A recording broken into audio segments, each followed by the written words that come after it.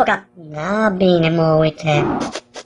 Focă, ce pute așa, ciclu cu mușdei? Te-ai beșit? Nu. Ai plâns cu ochiul maro? Nu. Ai dat alarma la chiloți. Ignoră-l, ignoră-l, ignoră-l.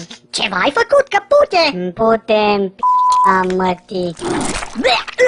Asta duhnea, urdă coclită. Ce ai, urâtă-mi scârboșenia, dracu! Focă, ce uterul meu e mizeria asta?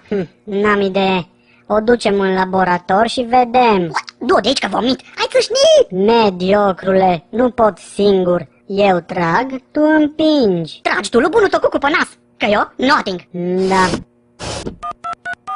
Ce zgâți faci, Focă? Aci pute de sare lanțul de la biță și tu dai mesaje? Sun să-ți comand o pereche de c***e. Ce, fraiere? Crezi că nu mă ține să împing piftia asta?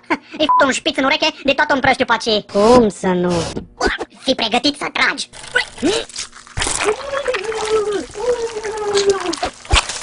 Muți pe făta, scârbofleașco.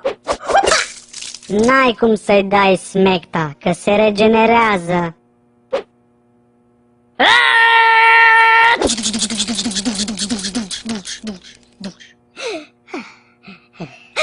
Da, mi-ar trompi încă o că am găsit soluția bună. Tu ești într-adevăr special. Focă, dă-mi repede un sac de apă. N-am, dar poți face dansul ploii. No, asta da idee. Fii atent, Focă, ca un șoim, ca un șoim. Trompi strângete de ouă, dă să plouă, dă să plouă, dă nejectul tău de rouă, dă să plouă, dă să plouă.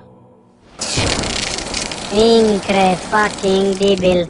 Acum testăm că mâzga e dizolvată. Privește partea luminoasă, măcar nu mai pute. Ce dracu?